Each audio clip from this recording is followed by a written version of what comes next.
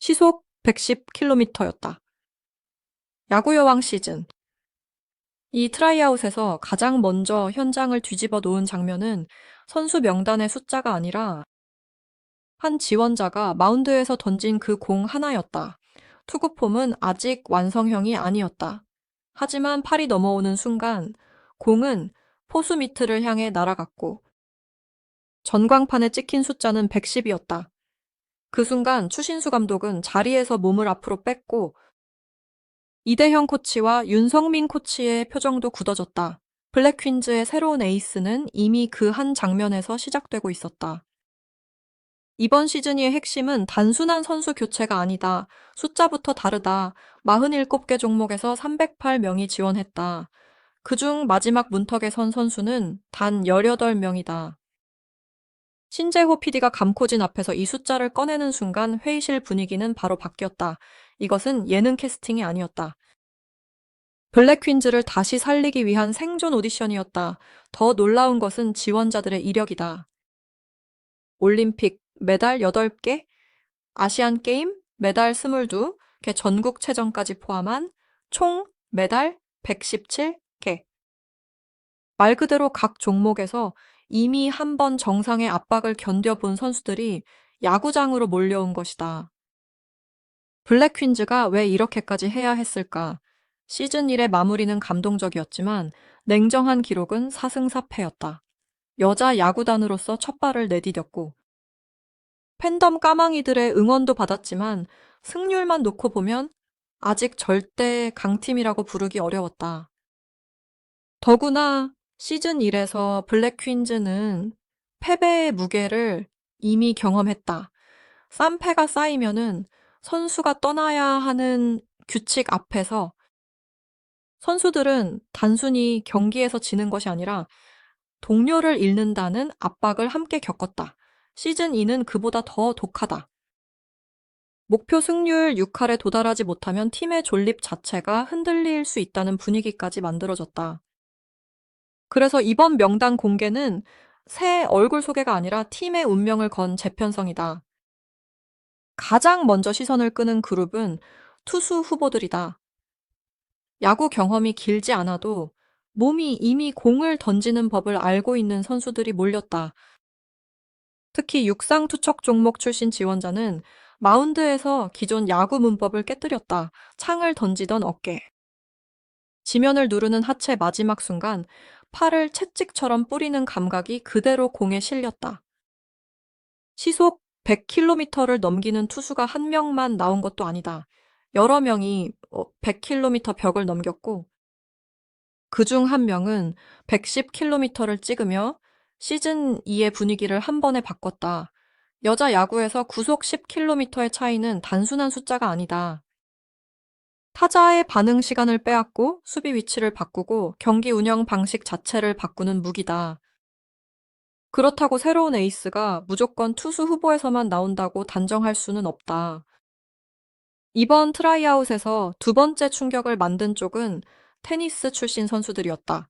테니스 선수는 공을 끝까지 보고 짧은 순간에 라켓 면을 맞추며 회전과 각도를 계산하는 훈련을 반복해 온 사람들이다. 이 감각은 야구 타격과 묘하게 맞아떨어진다. 윤성민 코치가 직접 마운드에 올라 실력을 확인했지만 예상과 달리 타구는 계속 강하게 뻗었다. 이 장면이 중요한 이유는 분명하다. 시즌 1에서 블랙 퀸즈의 공격을 상징했던 손가의 자리도 이제 안전하지 않다는 뜻이다. 시즌 2에서는 잘 치던 선수가 계속 잘 치는 것만으로는 부족하다. 더 멀리 보내고 더 정확히 맞히고 찬스에서 점수를 만들어야 살아남는다. 세 번째 축은 소프트볼 출신이다. 지원자 중 소프트볼 출신은 29명으로 가장 많았다.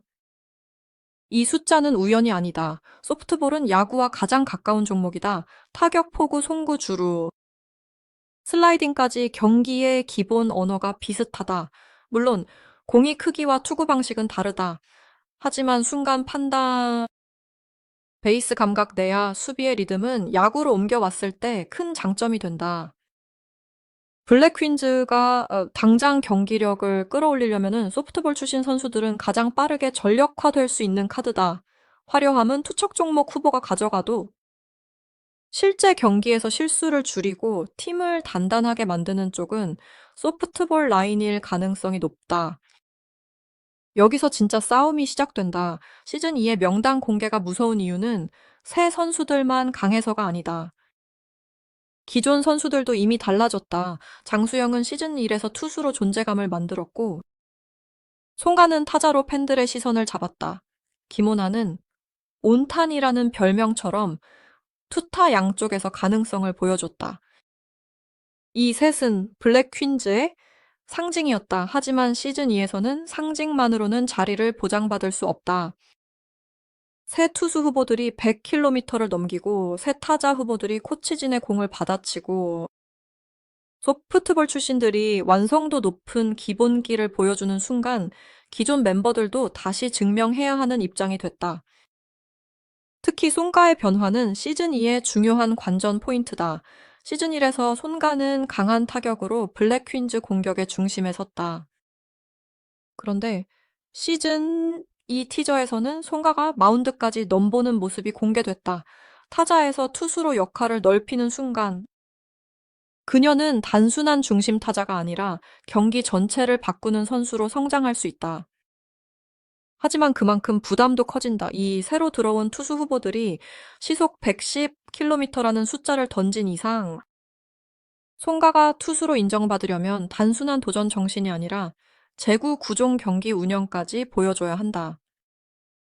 김호나 역시 마찬가지다. 온탄이라는 별명은 귀엽게 들릴 수 있지만 그 안에는 무거운 기대가 숨어 있다. 투수와 타자를 모두 할 수 있다는 이미지는 선수에게 강력한 무기이면서 동시에 부담이다. 시즌 2에서 김호나가 진짜 에이스 경쟁에 들어가려면 하나만 잘해서는 부족하다. 타석에서는 점수를 만들고 수비에서는 흐름을 끊고 마운드에 오른다면 상대 타자를 압박해야 한다. 시즌 1의 가능성이 시즌 2의 실력으로 바뀌는지 바로 그 지점이 팬들이 확인하고 싶은 부분이다. 김성현과 박하연, 이수연의 변화도 놓칠 수 없다. 김성현은 3루에서 강한 송구를 보여주며 내야의 긴장감을 만들었다. 박하연은 1루에서 외야로 이동하며 수비 범위를 넓혔고 몸을 던지는 캐치로 자신의 역할을 다시 증명했다. 이수연은 타격왕을 목표로 잡고 3타점 3루타 같은 장면으로 공격의 판을 흔들었다. 이 이름들이 중요한 이유는 블랙 퀸즈가 더 이상 한두 명의 스택에만 의존하는 팀이 아니라는 사실을 보여주기 때문이다. 시즌 2의 강팀 조건은 명확하다. 빠른 공을 던지는 투수, 장타를 만드는 타자 실수를 줄이는 수비 분위기를 끌어올리는 베테랑이 동시에 필요하다. 추신수 감독의 고민도 여기서 깊어진다. 이름값이 큰 선수를 뽑을 것인가? 당장 승리에 도움이 되는 선수를 뽑을 것인가? 예능적으로 서사가 좋은 선수를 남길 것인가?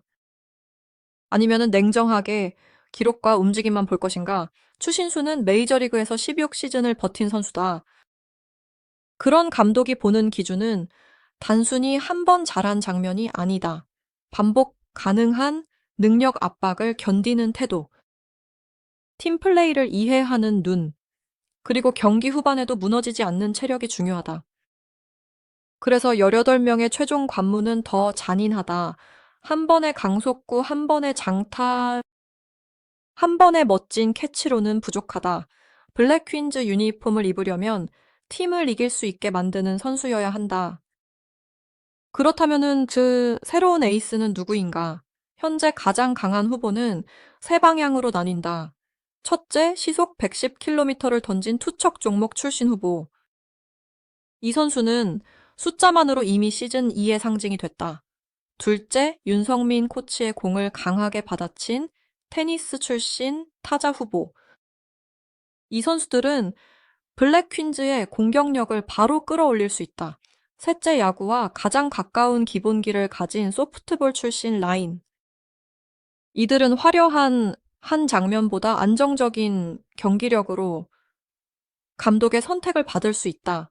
그리고 네 번째 가능성도 있다. 송가 김호나, 장수영 같은 기존 멤버가 새 선수들의 압박을 이겨내고 한 단계 더 성장하는 경우다. 시즌 1을 보는 핵심 포인트는 에이스의 의미가 달라졌다는 점이다. 시즌 1의 에이스는 한 경기에서 눈에 띄는 장면을 만든 선수였다. 하지만 시즌 2의 에이스는 다르다. 마운드에서 1이닝을 막을 수 있어야 하고 타석에서 흐름을 바꿀 수 있어야 하며 수비에서 실책을 줄여야 한다. 특히 여자 야구는 한 번의 볼넷과 한 번의 송구 실수가 바로 대량 실점으로 이어질 수 있다. 그래서 추신수 감독과 코치진은 단순히 공이 빠른 선수만 볼 수 없다. 스트라이크를 넣는 능력, 주자가 있을 때 흔들리지 않는 표정, 동료의 실수를 덮어주는 움직임까지 함께 봐야 한다. 이대형 코치의 역할도 중요하다. 이대형은 현역 시절 빠른 발과 넓은 수비 범위로 경기 흐름을 흔들던 선수였다. 블랙퀸즈에게 필요한 것도 바로 그 속도다.